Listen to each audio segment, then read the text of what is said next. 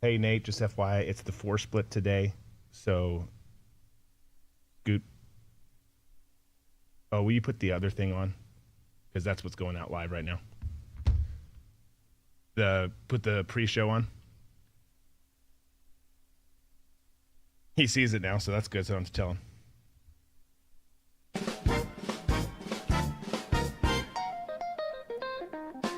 Boom. Solid.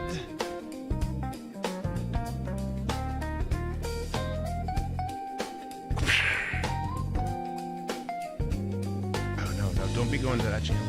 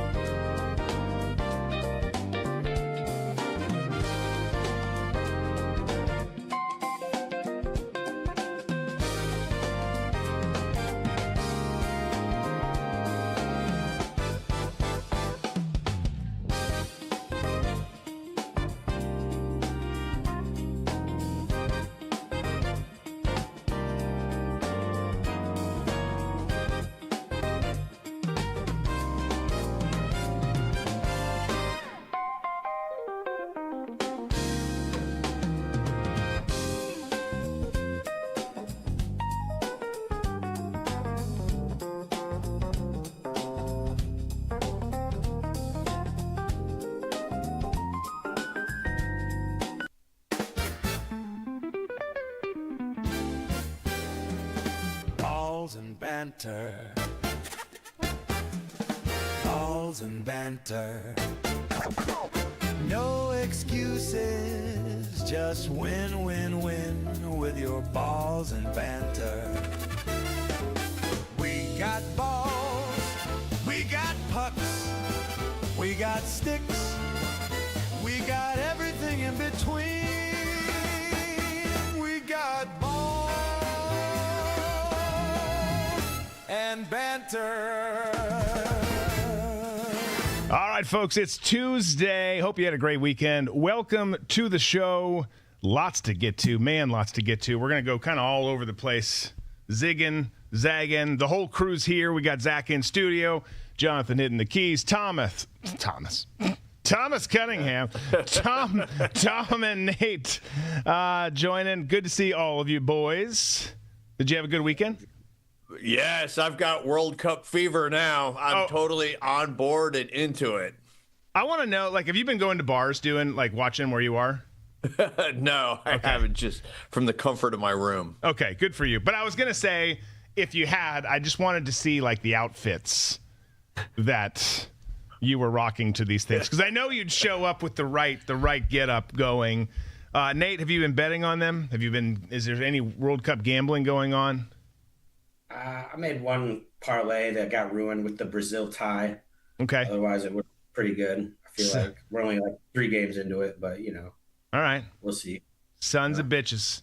What did you catch this weekend? I just caught the USA game and I watched the golf tournament, but not a whole lot. Golf tournament was good. Yeah. We're gonna talk about the golf tournament. Let's get into something else though, because I'm not happy about this. So, news breaks yesterday. That Dusty May is leaving Michigan for the Dallas Mavericks. I'm telling you, I mean, guys, like, I still love Dusty. I have nothing against Dusty. Like, you got to do what you got to do, Dusty. I'm getting my tattoo of you removed, but the dude, recruiting class through the roof that came in this offseason after just winning a national championship, went to the Sweet 16 in his first year. And I don't know if this is a Ward Manuel thing, who's just a kind of a douche nozzle of an AD. I don't know if it's because the college game has gotten so complicated. I get the allure of some coaches to want to coach at the ultimate professional level, which we say ultimate, but ultimate kind of changes with all these sports and where things have pivoted. I think that going to the NBA is different than perhaps going to the NFL. And some would totally disagree. That's fine. It's my show. Suck a dick. But I don't understand. I don't see that as a huge jump up. I don't know what the dollar figure is going to be. Maybe it's more Michigan pays a lot, but you're at I don't know. I mean, what are you guys' thoughts on this? I'm punching the Michigan helmet on accident. What are your thoughts on this? Because to me, I just bro, clearly he wanted that opportunity. Clearly he was frustrated with the college landscape, even though he's killing it at that landscape. Tell me, as a frustrated Michigan fan, what Dusty May's thinking. Go ahead, so Tom.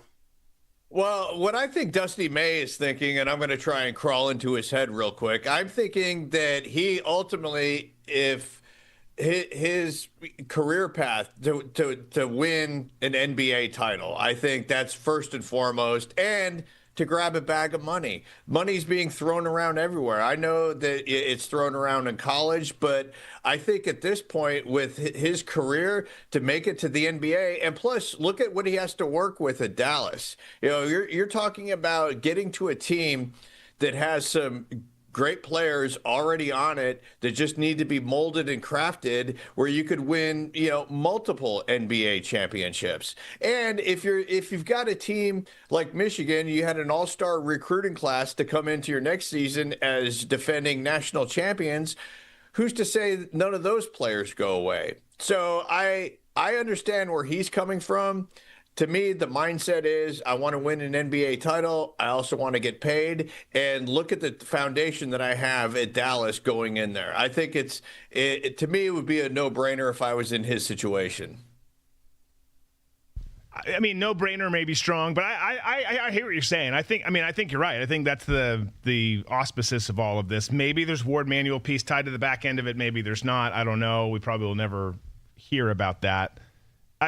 What do you see with them having, Nate, in terms of Dallas, like Tom's referencing? They do have some interesting pieces there. Although, even though there's some interesting pieces there, you're in the West, which runs through OKC and San Antonio right now, with Minnesota in a close third, but not close enough third, although they're making some moves. We'll see what happens with them. What do you see with the Dallas roster?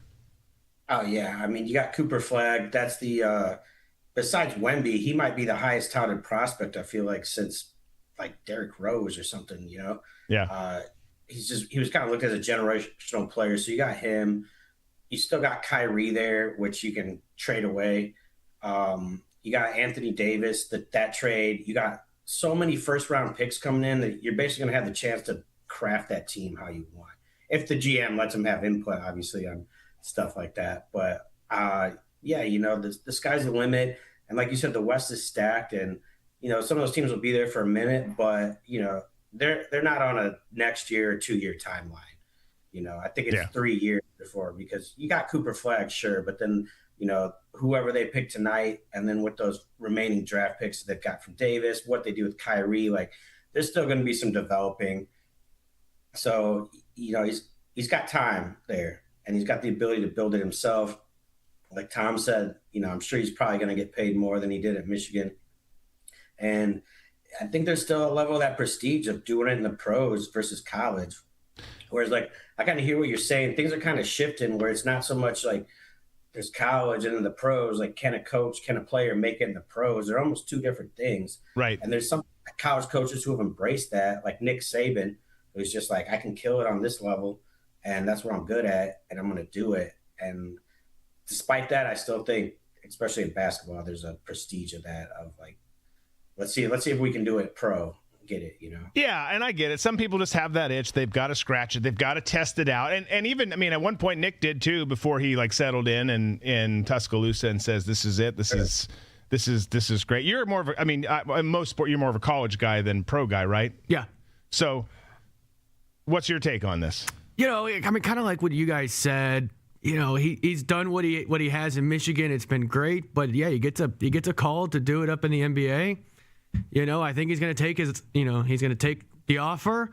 He's probably going to do well, but I don't know the track record of college basketball coaches going into the NBA, how that's gone. So, well, recent, you got Billy Donovan in Chicago, who's Quinn Snyder. Yeah. I'm sorry. Yep. Billy Donovan. Yeah. So yeah, we'll just have to see. But and again, kind of like what Tom said, he's probably going to make more money, going to get a shot at an NBA title. So good for him.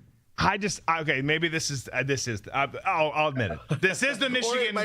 or he might be Larry Brown, where he goes to college to the pros, back to college, back to the pros, then to another pro team, then another pro team. Team USA. Right.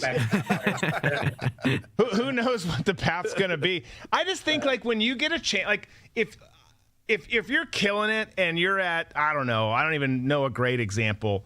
I'm not shitting on Vandy. I like Vandy. I like what they've done on their football side. I like what they're doing. They had a good basketball year. But if you're at Vandy and you get that shot, okay, cool. I can go from mid to low part of the pack to the NBA, chase a dream, take a shot at this. And if it doesn't work, I'll get another opportunity. But once you get to a blue blood status at the college level, and in this particular case, a program that I care deeply about, it's just I don't go try and be freaking Bobby Knight. Go try and be Coach K. Go try and be whoever. Go try and be, they're both there and we won, but go cement yourself as a Hurley. Cement yourself just as who you are as Dusty May. But if you have that itch, you got to go scratch it, and that's what he's going to do. So the question becomes now, what does Michigan do? To start, they're going to promote assistant coach Mike Boynton, who you can see here on the screen. He'll be taking over as the interim head coach. How this season goes and what happens with the recruits that came in, what happens with the guys like Elliot Cadeau who decided to stay, will determine a lot because they brought in a ton of talent. Do you have Dusty May walking the sideline of the court now? No, but you do have a ton of talent there. So that's going to be interesting for me to see. That's a big job. It's a tough spot for Boynton to be in. I'm not saying he's not up to the challenge. I'm not saying he is either. But we did this whole thing before where someone left who was really accomplished, had just won it all, and then we gave it to somebody who was on the staff for continuity's sake, and he ended up getting arrested and threatening to kill himself and his girlfriend, who was not his wife, by the way. So I just don't know. I don't consider myself to be a traditional PTSD candidate for all the stuff I did. I have lots of issues with it. I do have PTSD from some of the Michigan decisions that have been made, and I hope this one goes well. I hope that the main thing that comes down to it is, does this roster stay intact? You get all these guys out of the portal. You get these young kids coming out of high school. You retain some serious talent. Probably going to have 3 guys go in the first round tonight. Book it for Michigan. It's going to be pretty epic. But what does this look like? I mean, you could see Michigan repeating as Big Ten champs and competing for the national championship again, or you could see them, having a little bit of a slumpy relative terms. That I don't think they're going to come last in the Big Ten or anywhere close to it. But you change that. I mean, that's devastating. If you're Elliot Cadeau, you just decide, I'm coming back. I'm going to play another year. I could have gone to the pros. And the guy who brought this whole thing together says, deuces, I'm out.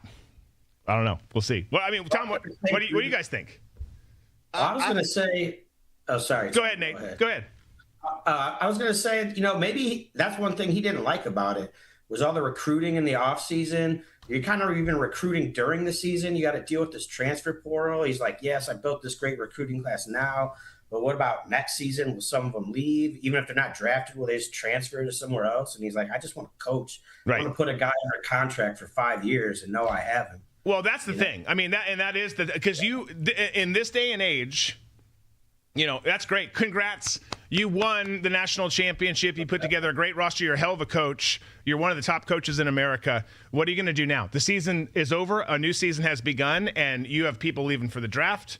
You have people who didn't play as much as they wanted transferring. You have to build an entirely new roster and then get to the top of the heap again. That is tough. It's very different than you're saying, we're going to draft somebody tonight and he's going to be mine unless we decide to trade him for 4 or 5 years. Yeah. Right. I kind of see the new coach at Michigan as a Hubert Davis, and I love Hubert Davis to death. He's one of the finest men that I've ever met before in my entire life, and every interaction I've had with him, he's the type of coach you want your sons to have at any level in sports, whether it's, pee-wee, high school, college. He's a fine man. And I think this is a logical coaching step for Michigan.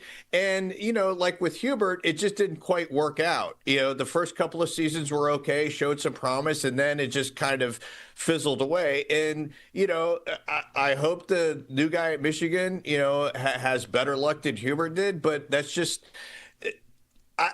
to me, it's really hard to bring somebody in that you would consider family and have them step into that head coaching role and mirror the same success that you just had from your predecessor. I think it's a very unfortunate position to be in, but I think it's a good transition. Yeah, well, it's the only thing you can do at this point. Late in the game, your post portal, like that's really all you can do is keep it in house, try and keep things together. Even if that's why you give them the interim tag too, right? It's like, you're the guy for now. Try and keep this together. We'll see how the season goes. Maybe you get to have one of the best jobs in college sports. Maybe you have a great resume and some experience as a head coach, and then you stick around here or you go elsewhere and find a different job. I don't know. We'll see. It's interesting. Was not the post-Father's Day news that I wanted, but I'm sure some people out there got more devastating life news than I did with Dusty May leaving. Not a great weekend for you, Tom. The College World Series came to a conclusion. UNC, I think it had been 12 times without winning a title. Now it's 13. And I was rooting for you. But Oklahoma takes the series in 3 games. They are, if you're a Boomer Sooner fan, you're thrilled. If you're Tom and his family, you're not so thrilled. But they are national champions. Game 3 was a bit convincing. Yeah, it wasn't a good game. It wasn't a good game. Like, it just... I wish that it was a better game, but Oklahoma ran away with it. And here's the crazy thing. I didn't realize this. You're looking at it. A bunch of people were tweeting about it, and then I dug into it more. These guys, the way I understood it, they didn't even have a 500 record in SEC play. Overall, yes, but within the SEC, didn't win a game in the SEC tournament, and then they go on this heater and talk about getting hot at the right time. And they beat Georgia Tech, Kansas, Bama, Georgia, who was freaking outstanding, and then UNC, also outstanding, and win the whole thing. There's the lesson, guys. Don't give up. Did we have the best year? No. Did we go on to win the whole damn thing? Sure did. Like, this is like major league, baby. You've got the owner and her pasties on the cutout. They're pulling off the thing, and they pull it back. Pedro Serrano, the whole game. Pretty crazy. But, I mean, isn't that wild about Oklahoma? I like it because it reminds me of how the baseball playoffs, like, you never know what's going to happen, and it gives me hope that the Dodgers aren't going to win the World Series again because it just comes down to whoever gets hot in the playoffs, It's not like a lot of other sports where it's like, yeah, there's no way in hell that team's going to win. Right. Like the NCAA tourney, you're like, yeah, that 14 seed, definitely they're just not going to be able to do it. No. But it's fun to watch them go. But, baseball, anything goes. So screw the Dodgers. Screw the Dodgers. Yeah, and congrats to Oklahoma. Yeah. No, amen to both of those things. It was also the U.S. Open this weekend, which I know you watched. You mentioned earlier. Yep. So they're playing tough course. They're playing Shinnecock. Anytime you're on somebody's cock, it's tough. And as we said last time around, 8 years ago, Brooks Koepka wins. 1 over. No one finished under par. Thought it was going to be similar, and it really kind of was, like, at the end of the day. Because I think, so Wyndham Clark goes on to win through some heckling, like the crowd the crowd cheering for Scotty to come back. That was crazy. Like, granted, this is the guy who destroyed a locker room last year at Oakmont and is not Scotty. And if you're not Scotty, then everyone's cheering for Scotty. So they're just, naturally cheering against you. But he went through a lot. Ended up winning at 4 under? Mm-hmm. wins at 4 under. And it's still, I mean, it was another crazy year. He went up to as high as, I think, 7. Yeah. 7 under. And Scotty started to make a push. Burns ends up finishing second at 3 under. But it was a fascinating tournament. And it really, I mean, those conditions were insane. Like, they were crazy there. I don't know if you guys all got a chance to watch it and you and the audience got to watch it. But it was wild. What was your takeaway from it? Yeah, I just wanted to touch on Sam Burns there. An incredible Sunday. Yeah. You know, comes back. I think he was... I think he shot 3 or 4 under just on Sunday to get close. Fantastic performance. Clark holds on. You know, it was a good tournament. But yeah, the speed of those greens were crazy. I heard the conditions were wild. But yeah, I mean, finishing 4 under, that's kind of they crazy. Have a lot of tough courses up in Long Island. Like, that's what they do. Like, you have snotty little Jewish princess girls. You got great white sharks off the coast. And you got some good golf courses. Like, I'm pretty sure that's what describes Long Island. Yes, I think that's on the sign as you drive into Long Island. Yes, I'm pretty sure that's what it says. And no one from Long Island watches the show anymore as of right now. Good for you, Long Island. You might get the Jets too. I heard they're talking about building a stadium there. I don't know if that's true or just internet fodder. Anyways, did you guys watch the tournament? Yes, well, I didn't watch the entire tournament. I watched last round, and yes, the weather from the highlights that I watched were, quite unpredictable. The thing that got me, that kind of like gave me a little bit of pause, was the heckling, and it's so strange for golf, right? And I don't mind it because I think it's a part of sport, but in golf, it's a little bit different because everyone's used to golf being quiet. Same thing with tennis, right before you serve. There's just something about the whole sort of etiquette part about golf. I think if heckling, like in somebody's backswing, had been around since like Ben Hogan, it would be a bit different. But I think this more sort of increase in fan participation isn't really a good look for the PGA and for golf in general. And I really don't like rules too much, but I do think since being quiet and being polite is part of golf, I think it's something that needs to be policed a bit more, because if you want to keep golf the way that it is, then you've got to start cracking down and making sure that that's not a part of it. Well, I hate rules too, like with a passion. I was working more on Shafi's book today and realizing that more. It's like, I can't put this chapter in there. This is very incriminating because I broke a lot of rules doing it. But like, I also like tradition, and that makes a weird thing. And that's where it comes in with the golf thing. It's like, well, tradition says the hands go up, you shut up and you let them swing. And it's just weird because you don't normally see this. Like, I think the President's Cup, the Ryder Cup had a little bit of it. Periodically you'll see it, but then, generally you don't. And then this weekend was just kind of like its own thing. It was like everyone at the Phoenix Open showed up, got a New York accent, and just let it out. And like, we're like, damn it. Like, we're not just drinking in between. We're going to let our words out, which is it is very New York that it happened there. I think it was Scotty. Scotty was asked about the heckling, and he said something along the lines of, keep it respectful, don't do it in the backswing, and there might be a place for it. But I kind of agree with Tom. You don't want to create any rules, but at the same time, when golf's a different game, it's a different sport than football, baseball, basketball. So yeah, it's not hockey, like hands on the glass looking for a fight. Right.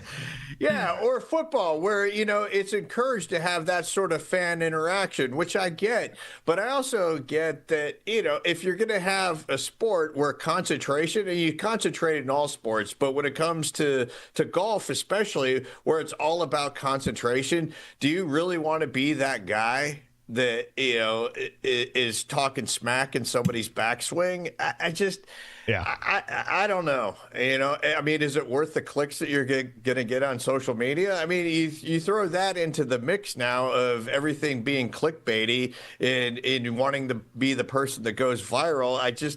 It rubs me the wrong way. I might be getting old, and I might be looking at this in a different light. But I think if you want to maintain the competitiveness of the game, then what was acceptable still has to be acceptable if you want your sport to move forward. Tom, you like to blame everything on Casual Friday at work for changing society. I'm not disputing. Do we blame this, like these? Granted, they're still spotty, but do we blame this on it being New Yorkers, or do we blame this on like Happy Gilmore? For people feeling the flow and doing the bull. What gets the blame? It's a combination of New Yorkers and the Phoenix Open. They see what they're doing at the Waste Management Invitational, and they're like, "Oh, we want to do that too. We're a bunch of sheepish New York people," and so they're like doing it during the backswing and shit. And people are like, "This isn't acceptable." Yeah, we all have off during someone's backswing in our life. Like, there's a reason you don't. Right. Right. And if you want to lose the final New Yorker that we had or the final Long Islander, I'm going to leave you with this. New York is mainly comprised of city hicks. And when I say city hicks, I mean people who've never left the state or have never left Manhattan, where they have a tendency to goof on everybody else from southern states or the Midwest, thinking that they're not as cosmopolitan as they are. But when you sit and talk to them, you realize that they're an actual dunce, and they're probably, intellectually a lot more retarded than the people that they make fun of. And so I could see what Nate is saying, where they see this happening in Phoenix, being part of that tournament. Is it still called the Waste Management? I think now it's like the Phoenix Open, by waste. Like, it's not Waste Management in the front, but Waste Management's still part of it. Yeah. Okay. But they see that kind of behavior and they think, oh, hey, we could do that too. You have those Joey Buttafuoco's running around Long Island having that same sort of mentality of thinking that they're really funny because, all their drunk friends like them. And it's a combination of sort of an inferiority complex that a lot of city hicks in New York have. I like that description. Definitely lost all of New York now, but I like the description and I agree with it. I hate being on work conference calls where there's a bunch of New Yorkers and like ad agencies and this, that, and they're like, they talk down to everybody. They don't even all mean to. It's just like it's your turn. It's like Germans all sound like they're yelling at you. They aren't necessarily. They might be. But it's the same thing talking to a lot of folks from the Northeast. Be fair, there's probably like 5 New Yorkers listening who's like, no, he's right. He's 100% right. Yeah. I see it every day. Yeah. God bless you. And the thing is, there are a lot of New Yorkers that I'm friends with and who I like and who I think some New Yorkers are some of the funniest people that I've ever met. But to me, those are outliers compared to the ones that you had showing up heckling at the golf tournament. I agree. Yeah. Yeah, absolutely. We could carry on, but let's go to the opposite coast. Badass race on Amazon Prime. NASCAR goes to Naval Base Coronado. You've got a lot of things that happen on Naval Base Coronado. Obviously, SEAL training there, Buds is there, but a lot of great things happening. You've got an aircraft carrier in the background. Cory Heim ends up winning it. Here's him spinning out afterwards. Aircraft carrier and all this. That's a badass picture right there. Sick. Badass picture. Yeah, awesome. So he wins it. Lots of, crazy course. Lots of spin outs. I will admit I was in and out. I fell asleep during it a couple times, and then I woke back up. I was in and out. But I enjoyed the race. I thought it was fun. Just the visuals. There's the one spot where they turn, and then you're going dead ass straight at the aircraft carrier. And then, there were some cool visuals. Totally different course, obviously not made for racing. It's like this was like a hybrid weird course, and you had a lot of cars spinning out. You had a lot of wrecks. You had a lot of cautions, but it was interesting. I mean, you never felt certain like this person's in the lead. They're going to run away with it. Like, no, they're not. Like, this thing is just going to be like whatever the hell happens at the end. Good for Cory Heim. Was an interesting race. I enjoyed it. It was fun. I'm trying. My son got back from a mission trip from Jamaica Sunday night, but they got back at like damn near 11. I'm like, okay, well, how am I going to do this? I got to watch games, have some cigars, have some drinks, but also get some rest. Like, I can't stay up. Everything wears me out now. So I had to figure that out. So the race was my time to lay on the couch, watch / fall asleep / watch. It was a good time. Son is home. Safe. Burned as hell. Just to, piggyback on the visuals that you were talking about with this race, one of the things that I love most about F1 is seeing the course, is watching the course, but seeing the background of the course. Well, you're saying F1, but this is NASCAR. Yeah. And with this, it's a departure from, and I love the tracks. I love the ovals. I love Bristol. I love pretty much every form of racing, but there's something about when you take race cars and put them where regular cars should be that really sort of titillates me. It gets me really excited because it looks like, something that you've always perceived in being it's like, when you're a kid and you see your teacher at the grocery store and they shouldn't be there because they're not in school. That's the feeling that I get when I see race cars out on regular streets. And to me, these kind of races are fantastic. I think it's good for NASCAR. Just the visuals alone are fantastic. Monaco is one of my favorite races, even though it's a dumpy course. But that one is a bit different because I just love the ostentatious display of wealth. There's something about watching the cars rip past those yachts, knowing that they're Ukrainian supermodels doing cocaine off the belly of a big fat billionaire who's sipping a champagne. Just it really heightens my sensibilities. Okay, well, I'm glad that we know that now. I agree. I would love to see like a NASCAR race in in Manhattan. Let's go. Let's do some cool visuals. I think it is always fun. Like you got to have the 4 left turns. You got to have the ovals and the short tracks and whatnot. But some of these road courses are just so cool because, like you're saying, visually they're just different. And none of the drivers are trained to drive that way. So it's a totally unique race. In that sense. And for Cory, who wins on that track, I mean, how cool is it to say you won a race on a Navy base? I mean, absolutely. On. Yeah, a famous Navy base. Yeah, good for him. Good for him. I wonder if Corey Feldman was happy that his friend actually won the NASCAR race. Are they friends? Or are you? Oh, it's the wrong Corey. Oh, it's the wrong Corey, yeah. Wrong Cory Heim. I see what you did there. It just clicked. Yeah. He's dead, right? Yes, the actor Cory Heim is unfortunately no longer. Remarkable comeback to come back and then win a race.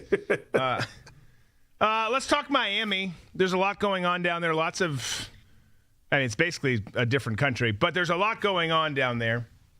And we'll start with this. The Florida Panthers. I love stories like this. I wish that, by the way, the Minnesota Wild would do the same. Bring Jack Hughes to the Twin Cities. Let's get the Hughes brothers together. But the Florida Panthers trading for Brady Tkachuk. So he will be there playing with his brother Matthew. Obviously, the Panthers had a great run. They won 2 back-to-back Stanley Cups. Didn't have a great year this past season. Now they're adding him. The Senators, by the way, just keep that on the screen for a second, Jonathan. 2026 first-round pick. 2026 first-round pick. The two of them this year, a 9 and a 25 pick. A second-round pick in 2027, and then a first round in 2029, which is conditional. But they're giving up a lot to send Brady down to Miami. Brothers United. That if they're on the same line, that's 2 Bash brothers, right? First of all, Keith is like, this is badass because now I can watch my sons play in one game rather than splitting the games and whatnot. His father, obviously, Keith, a stud himself in his own right. But I love this. I love having the brothers together. I think that's going to be awesome. The Senators, they were a playoff team this year. They didn't go far, but they were a playoff team. They get a lot out of this in terms of growth and development. Panthers, you're all of a sudden right back in the mix, baby, with what you get. You're a hockey guy. I'll start with you. What do you think of this trade? Florida loads up. If they become even scarier than they already were. For those that don't watch hockey regularly, Florida was good last season. Yeah, they didn't make the playoffs. They had a ton of injuries. That team is still incredibly terrifying. And now they add Barkov didn't play most of the year, exactly. Right? Barkov didn't play. Yeah. Ton of guys didn't play. They just, they had an off year, but they still have all their good players. And so they're coming back next year. They're going to be a team to watch 100%. I think there's a lot of prognosticators out there. I just like saying that word. I don't even know what it means. It's too big of a word for me. But I like it. I think there's a lot of people who will probably put them as like the odds-on early favorite to win the cup. I think I would, yeah. Yeah, like they have a, Bobrovsky, I think, is he's still there. Barkov was hurt coming back. They've got all these, like, you look at their lines, how they should shake out, and it's like, damn, like that's a little scary. Certainly if you're in the Eastern Conference, that's a little scary. Where do the Senators stand after this trade? Because it feels like they got a haul of first-round picks. They got a haul of. Yeah. I think it's like a softer rebuild, right? I mean, look, Brady's one player. He's one skater on the ice that you lose. He's a big one. He was their captain, right? But like, it is one player. You get all these picks. You know what it does for them in free agency in terms of cap space. I think he was on. I forget what it was. It was a significant. I think it was $8.2 million a year or something like that. Mm-hmm. But you get a pretty significant lift there. I don't know. They've been historically pretty good. I don't think that, obviously they're not going to propel ahead and be like Florida, like with some of this young talent. But I think that sets them up well for the future. Is it the Dallas Cowboys Minnesota Vikings trade that I always reference? That is one of the worst memories of my life. No, but it does give them some serious draft capital. Like that's a lot.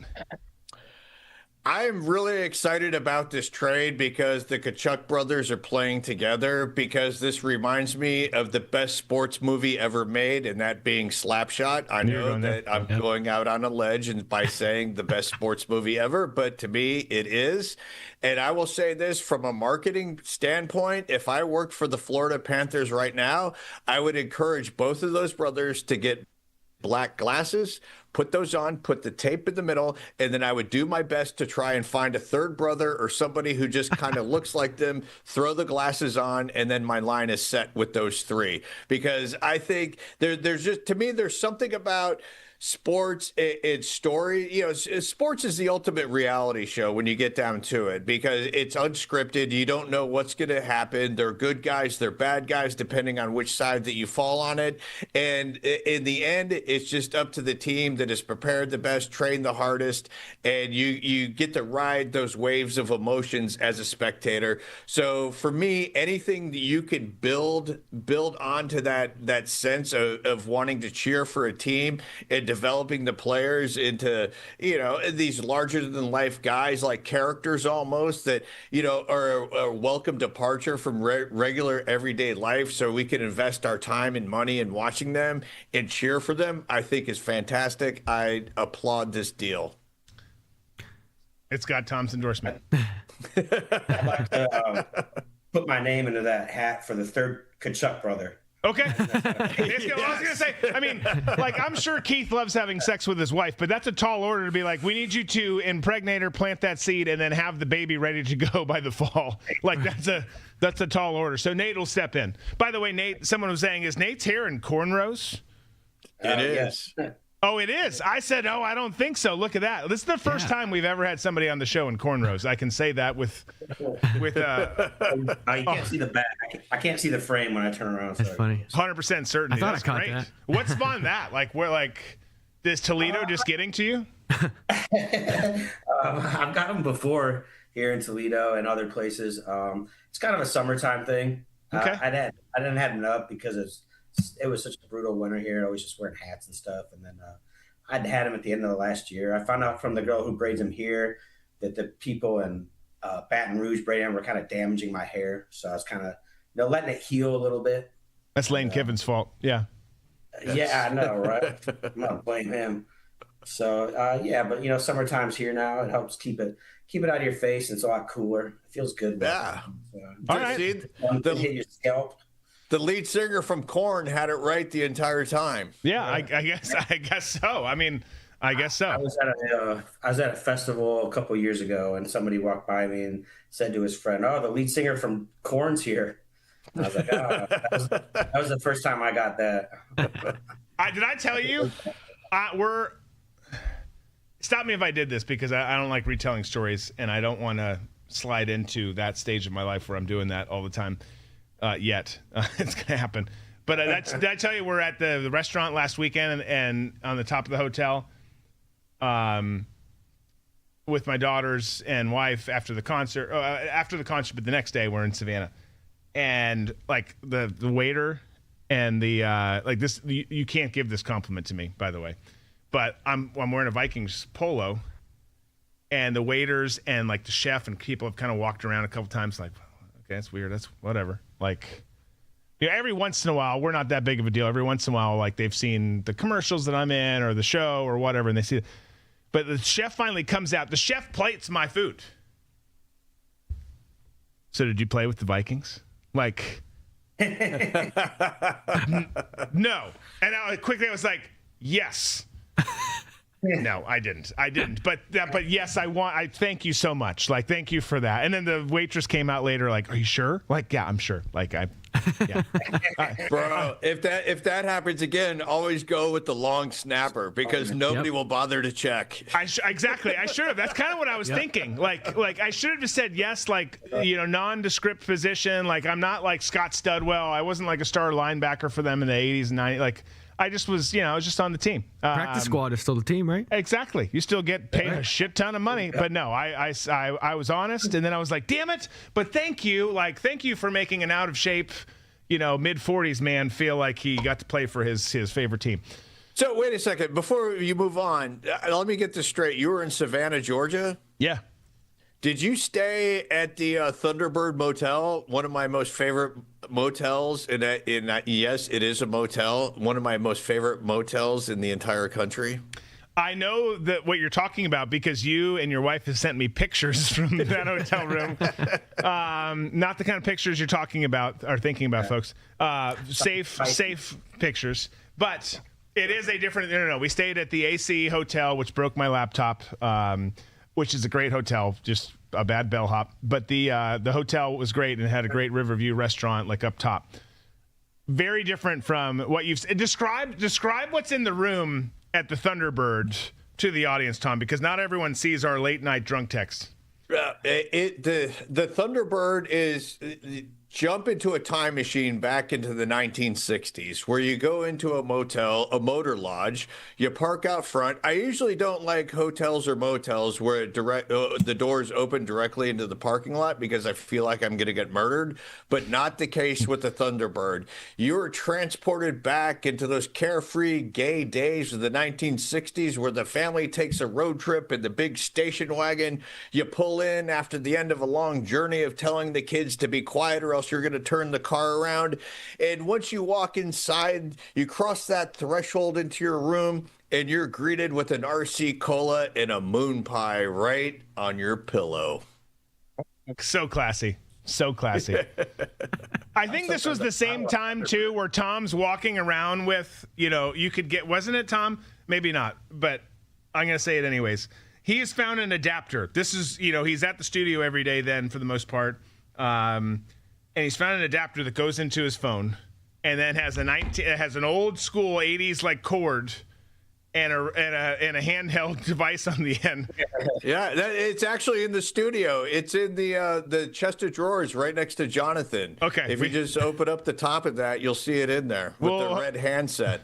We'll have to get it out. We'll get it during one of the clips. The hotel, the room at the Thunderbird also has a typewriter. It's got a rotary dial phone. And when you go into the front desk, you're greeted with a menagerie of snacks from the 1960s and 70s, highlighted by the world famous pecan log. Yes. The world famous pecan log. We just lost our entire control center, I can see. That's interesting. Well, we're getting that fixed. I wanted to jump back to the Tkachuk thing. I don't know if you guys saw. I mean, what a weekend for that family. You got Brady, Jordan, Matthew in Florida, and I believe Keith Tkachuk got the call from the Hall of Fame. Was it the same? I think it was within a couple of days. I don't think it was the same day. But I mean, what a couple of days for that family. Yeah, absolutely. Well, I mean, they've had that is a great couple days for that family. Also, just a great experience always for that family. Yep. Like, just freaking legendary. Like, I mean, who are they? You got the Tkachuks, you got the Hughes, you got the Stalls. What are some of the other? Some of the big ones right now. Current or all time? I guess all time. All time. You have the Sedins in Vancouver played together. Yeah. Okay. you know, that family's definitely going to join a good group of families that have very good genes, DNA. Like if you join a commune with the Tkachuks, like you're gonna make hockey players. Oh yeah. You take the Tkachuks and you put the Hughes in the same family in a reality show. Add in some females, like let's not make it awkward, and then like you're gonna have like that's interesting. But then you're going to end up with somebody like Charles Guiteau from the Oneida, New York sex cult that nobody in the cult would have sex with him, so he left and ended up shooting James Garfield. Right. Yeah, that was my next thought. That was my next thought for sure. That's what's most likely to come from that breeding ground. Yes. Yeah. Okay. So this is this awkward moment where I'm going to walk over. You're going to not see me on the screen for a second. You guys continue to talk about hockey, and I'm going to figure out what's going on with our control center with Jonathan, because it is apparently having itself a moment. So it's having a baby. It's an electronic baby. Yes, it is. Hey, have you guys, Zach and Nate, have you heard what's going on with the World Cup? Evidently, tomorrow during one of the soccer games, I think Brazil maybe, is Brazil playing tomorrow?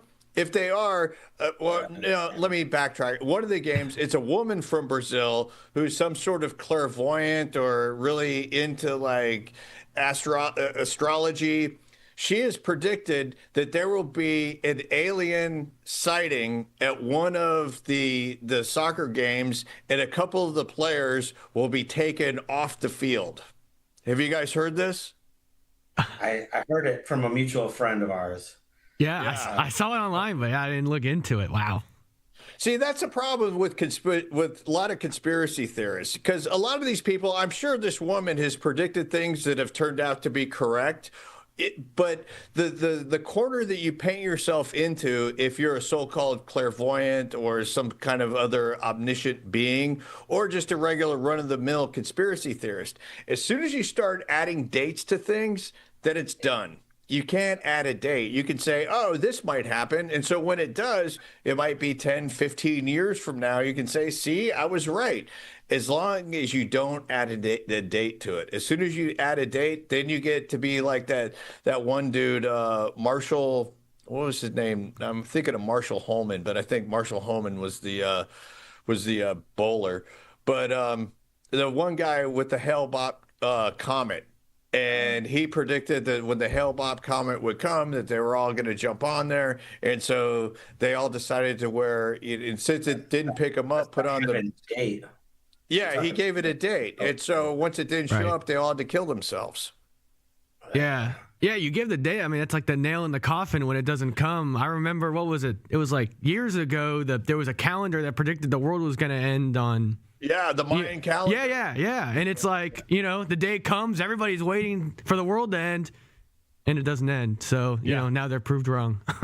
Well, it reminds me of like QAnon stuff. Like that's where they always went wrong. Like everything, the new government starts tomorrow at noon. It's like, stop it. Yes. RFK or John F. Kennedy Jr. is going to show up in Dealey Plaza at noon to avenge his father's death. Stop it, people. Stop it. Like Tom said, if you're going to make up some shit, maybe you believe it. Just don't put a date on it. Like, it's just crazy. Okay, quick admin update.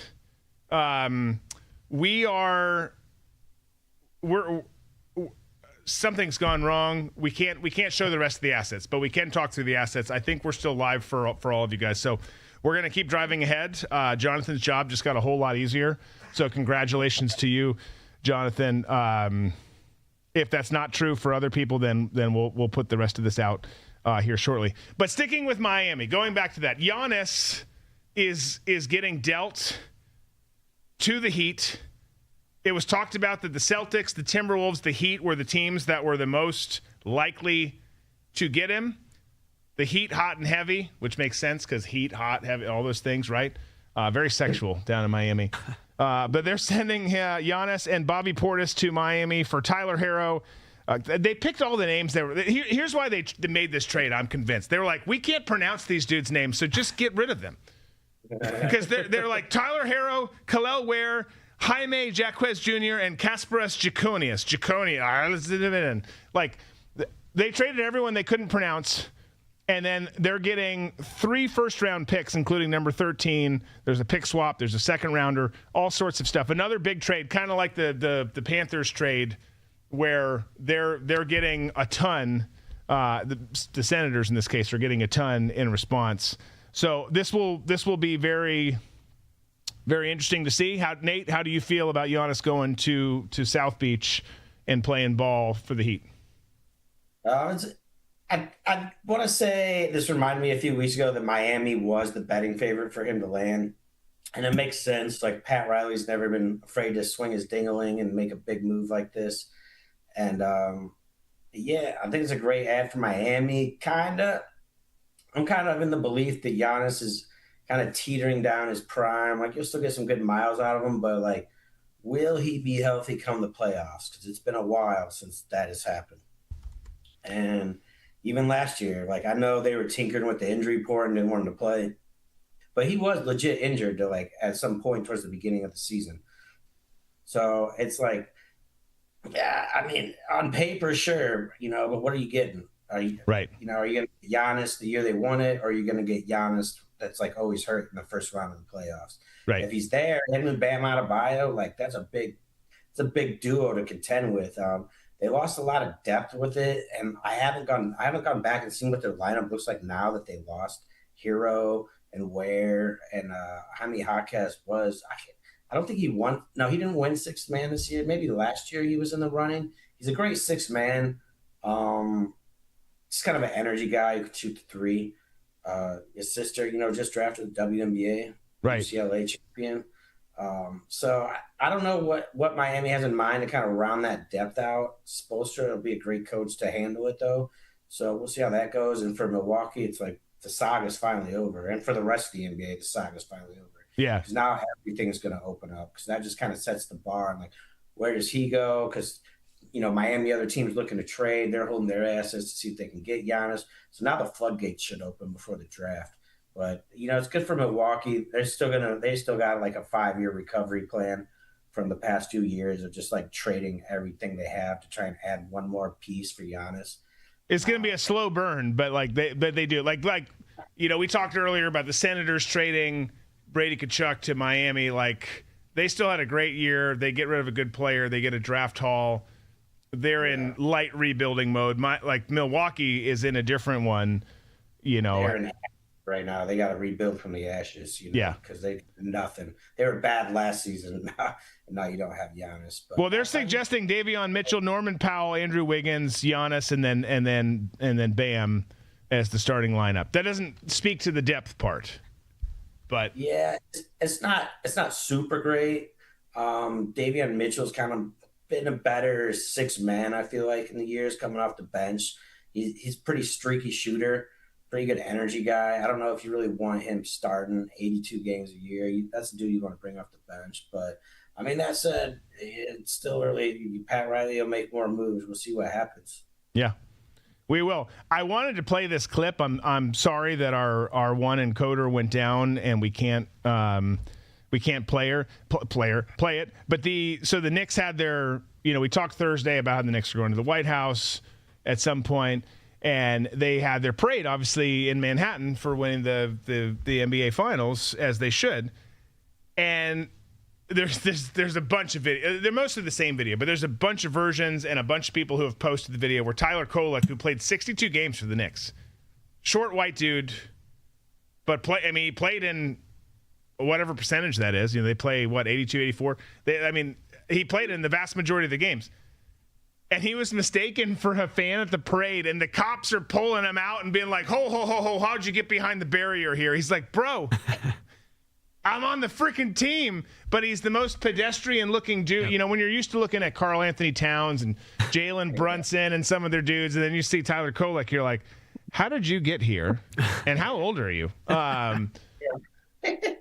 Yeah, I'll be honest, I didn't know who he was. I'm not going to lie. I saw the video, and I was like, who is that?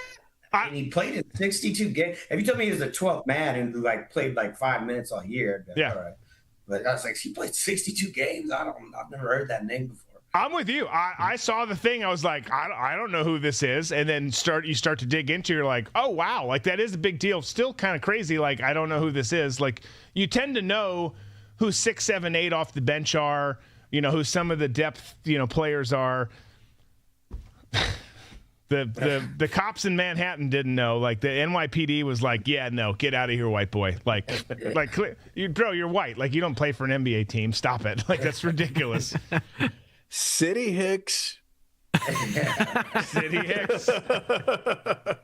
A couple last few things we're going to touch on. Some of them are visual, so we're going to speed through them. We're at time anyways. But the WWE allegedly, after the success of UFC 250, wants to do, and I can see this because Triple H is close to the Trump administration as their chief content officer, wants to do an event. You're going to have to haul ass because you got to do it while Trump's in office if you're going to do it. But they want to do a WWE, PLE, or pay-per-view at the White House, which I think would be badass. Like, again, that scene was so freaking awesome. Like, I'm now in the camp that the more shit that we can do at the White House, let's do it. Like, I think it was so cool. I just talked to a buddy yesterday who was there. He's a big UFC guy. He was there. Let's freaking do it. Like, arts and crafts competitions, knitting, NASCAR, WWE, slap, what's the slap? Power slap. Let's do it all. Let's do it all. Yeah. Greco-Roman wrestling. Yeah. Yes. Yeah, absolutely. Mud wrestling. Like, I'm game for all of it. I enjoyed the UFC 250. I thought the matches were fantastic. I can't remember seeing a better card than that one without the outcomes. I like the walk-ups to the octagon. I thought those were great. My only sort of criticism on it was in having an event like that at the White House is I got the feeling of like, it was weirdly like the emperor is watching two guys beat each other to a pulp for his pleasure and amusement. That was the only on his birthday.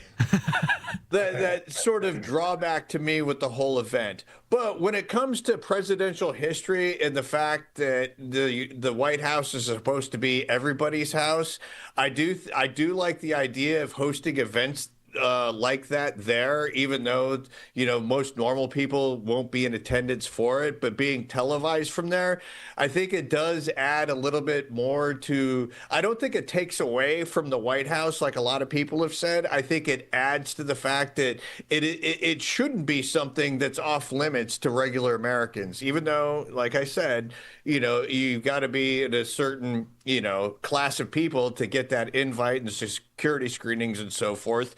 But the fact just to be able to use the area to put on an event, I'm all for. I don't, for as far as WWE goes, I would not be against that. And I'm with you, Drew. I'm thinking that, whatever events that you could host out there, I think that you should.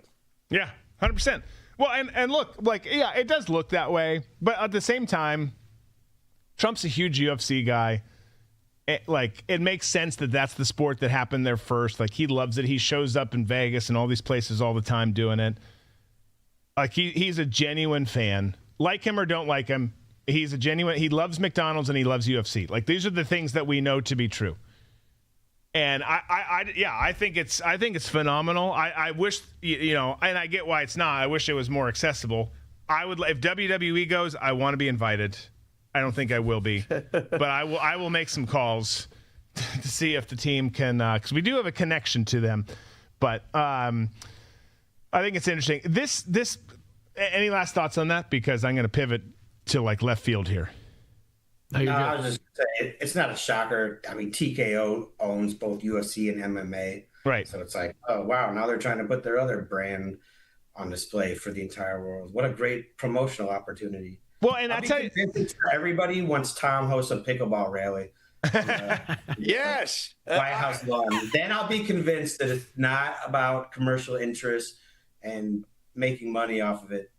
Exactly. Relentless route a 24-hour pickleball event on the White House lawn. I'm all for it. I've written my letters to the White House that go unread or possibly put in another file with my name on it, but that's not going to deter me. My inaugural event, Relentless Rally presents Rumble at the River here in Toledo, Ohio, January 4th. I was just informed right before we went on air that I had slots for 10 teams. Those 10 teams have been filled. So if you're in the Toledo area, come on out. Watch the new division in pickleball, endurance pickleball. And also you'll be able to, I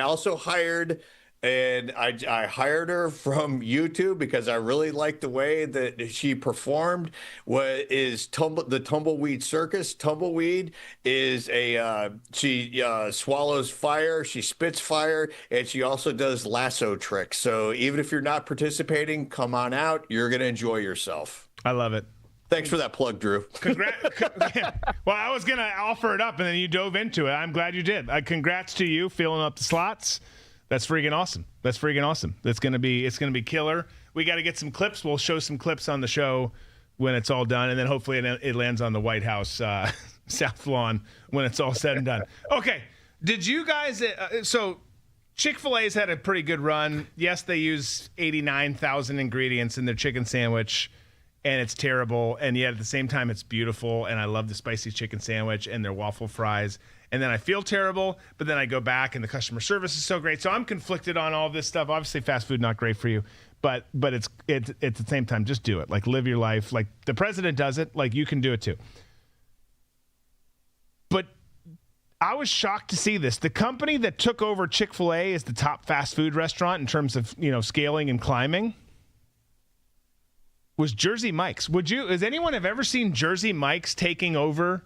According to this one report, is it global? Is it the definitive report? I don't know. I don't get super deep into fast food tracking. Yeah. I don't think that I would have ever guessed that. No, I never would have guessed Jersey Mike's. I mean, they've got amazing subs. I love their Philly, but I don't consider them fast food. I feel like every time I go in there, I'm waiting 20 minutes anyway for them to make the sub. So it's like, Chick-fil-A, yeah, that's actually fast food, but I don't know. That was shocking. What do you guys think?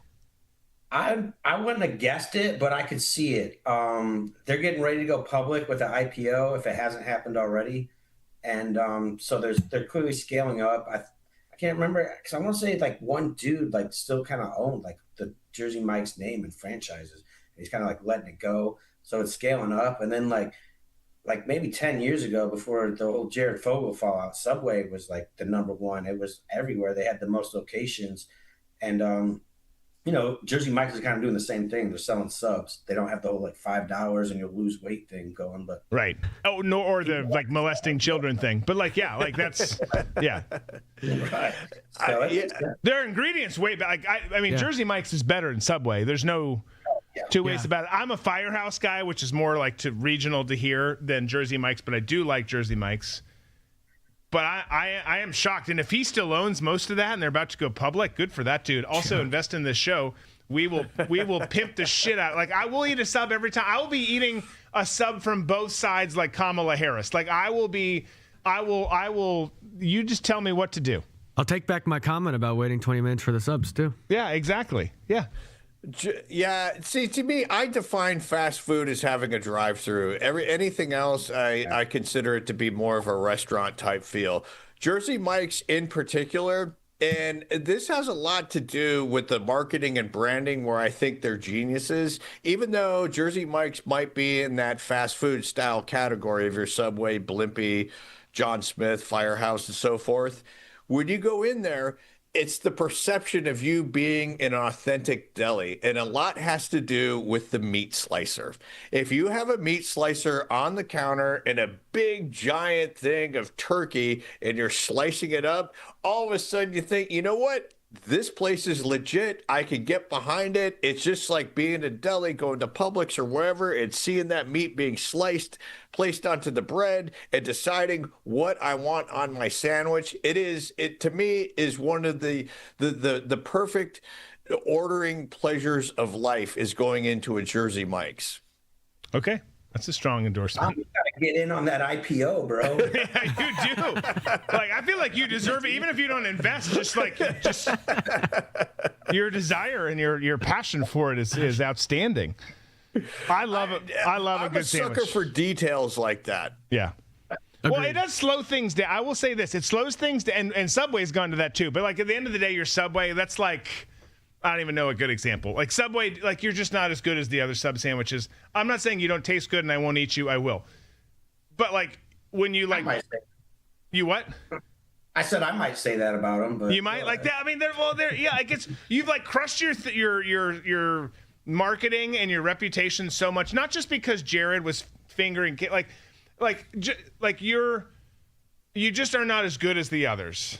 Like you're the cheaper variety, and then you're like, we've added slicers. It's like, but what are you slicing? Like, and who's slicing it? Like, it's it's hard to climb out from the ashes like they're trying to do. Jersey Mike's been good. Mm-hmm. You know, there's a bunch of great brands, but like I don't know. I struggle with that. You know what else I struggle with, because we're speeding up on time here. We're actually past time, and we don't have the pictures for this now. But thank God we have redundancies in place where at least we're still streaming. So we can't show the pictures, but we're still here. And we will bring these pictures back on Thursday. Mark my words, you sons of bitches in Omaha. Because Nebraska has decided in their infinite wisdom, Blue Bloods, are they on the outs of the Blue Bloods because of their performance in the last several decades? Maybe, possibly, you can argue that. That's fair. That's fine. But Nebraska has always kept their uniforms the same. And then them and Adidas, who's freaking terrible. I can't even, there's terrorists who are worse than Adidas, or Adidas is worse than, that are better than Adidas. Like your branding is just terrible. You ruin every uniform. And Nebraska has changed their classic uniforms to these gay create a team in Madden uniforms. I mean, it is the most Broadway cowboy bullshit I've ever seen in my life. And they're like, these are great. It's like your font you make Rutgers uniforms look great and classic. It's absolutely terrible. I don't know how a program like Nebraska can do that, put it out and be like, we got a new look moving forward. It's like, you just conceived and bent over is what you did. Like, this is the most terrible thing ever. Like, you're going to have monkeypox in 12 hours tops. What don't you like about them? I'll be honest. I don't think they're bad. I see the number font's a little gay. Like, it's terrible. It's very round. I don't know. The numbers are very round. You know? That part is terrible. It's not intimidating. So it's not intimidating at all. So here's my first thing. Look up their uniforms, and if you like them, stop watching the show. If the font of the numbers is straight up dumpster fire, like it is the Eric Swalwell of politics and national security. You look at that, okay, but then you take the stripes on the sleeve. So you've gone from like the normal classic stripe here to these weird, like, I'm a unicorn, I'm a fairy on the sleeve. Thank God they didn't change their helmet, which is classic. But the bigger point is just like, you have this classic uniform. Like, I'm not saying they're in the exact same category, but they're actually pretty close. Like, you don't change Penn State's uniform. You don't change Nebraska's uniform. You don't change Michigan's uniform. I was upset when Michigan brought in blue pants, which I think look good. But it's like, no. We wear maize pants at home and away. You don't. Didn't they change the helmet? Didn't it used to be red helmet with the white end? No, it was white with the red end and the red face mask. So that's the only thing that stayed the same for now. I mean, who knows? Like, apparently anything's up for grabs now. They straight up, I mean, we brought up Jared Fogle. Like, he must have gotten involved in the decision making in Nebraska and Adidas, because this is some gay shit. It is not good. And I guarantee you the Nebraska fans are awesome. They travel so well. I've been to multiple Big Ten games away from Nebraska where Nebraska's been the visiting team. They fill the place up. They're really sweet people, good fans. They're traditionalists. I guarantee you they're like, what did we just do? Like, we went with the Dora Explorer version of the uniform. Like, these are terrible. If Nebraska wins, nobody will care about the uniforms. They won't, but they're not going to. They're not going to. Like, yeah, the numbers are a bit weird. I'm not really offended by the striping up on near the shoulder area. Those fat kind of like cartoonish type numbers. I guess it's easier to read if you're in the stands. I don't think they're as gay as you think they are, Drew. I think they're a little bit like, down low, kind of closeted a little bit, not like in your face. Okay. But, it is Adidas. It's a company that was founded by, making athletic wear for the Nazis. So there you go. See, exactly. No, it's not like full gay. It's like, well, I'm not even gonna go down the analogy. It's more the closeted type. It's your neighbor who's out in his khakis mowing a lawn, married to an Asian woman. There you go. Thank you for that example. Okay, last thing we're going to touch on, because we don't have, I keep saying, we don't have much time. There's a couple other stories. Some of these we'll touch on Thursday. I just think I find this interesting, and it's really not, but I'm going to bring it up still nonetheless because I'm confused by it. So you remember, I think I was in Flagstaff, Arizona at the time. I'd been hurt and transferred to Michigan, and The Grinch Who Stole Christmas with Jim Carrey comes out. And I thought, Ron Howard does it. I think they did a great job. Like, I think that the set pieces were interesting. It was great. Sweet story if you grew up liking The Grinch. If you didn't, then you didn't like it, and that's fine. But now they're saying that they're talking about a sequel to The Grinch with Jim Carrey. Ron Howard back. Obviously, Ron's very talented. I just don't know how I feel about this. I don't know. Well, what on earth is the storyline of how The Grinch Stole Christmas Part 2? After The Grinch and his heart grew 3 sizes, Tom's frozen with a serial killer. Oh, no, there we go. It just finally popped. You were frozen, like you were going to murder someone. But I don't know, his heart's grown 3 sizes. The story's over. It's complete. You did a great job.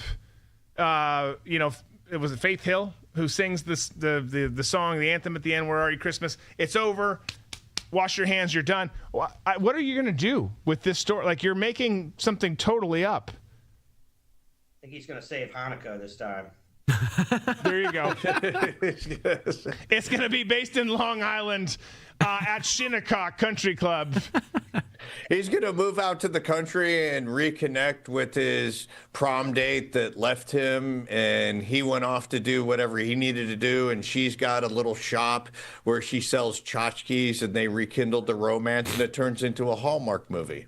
Yeah, we filmed at the new Kansas City Royals Stadium. Hallmark. Yeah, I don't know. I'm a sucker for Christmas movies. I love The Grinch. I liked that Grinch. I thought it was well done. I just don't know what you do here. To me, this is the corporate greed part of it. It's these set costumes were fun. There's lots of jobs in it. Jim's scratching for something to do because he's been obsolete for a long time. Let's go do this. I don't know what you do with it. It doesn't mean I won't watch it with my kids. I have 4 kids. I probably will watch it, but don't know what you're going to do with it. It's the movie you didn't know you needed. Yes. Yes. Exactly. I did hear this one's going to be X-rated, so I think he does go back and I think it's going to be pretty graphic. So not for kids. We'll see. I haven't confirmed that. Don't think that's true, but I'm going to say it anyways because it just sounds interesting. And Max is involved. The dog is involved. I mean, it's oh boy. Yeah. Okay, folks, we're gonna get out of here on that note. That's a visual for you to take. Bring it back on Thursday. Actually, don't. Please leave it wherever you are, and we'll look forward to getting back with you Thursday, 3 p.m. Eastern. Apologize that we could not share the assets in the back half of the show, but glad that we're still here with you. Hope you have a great rest of your day. Enjoy the World Cup, whatever the hell else you're enjoying during the week, and we'll see you Thursday. Be safe, be smart, be free.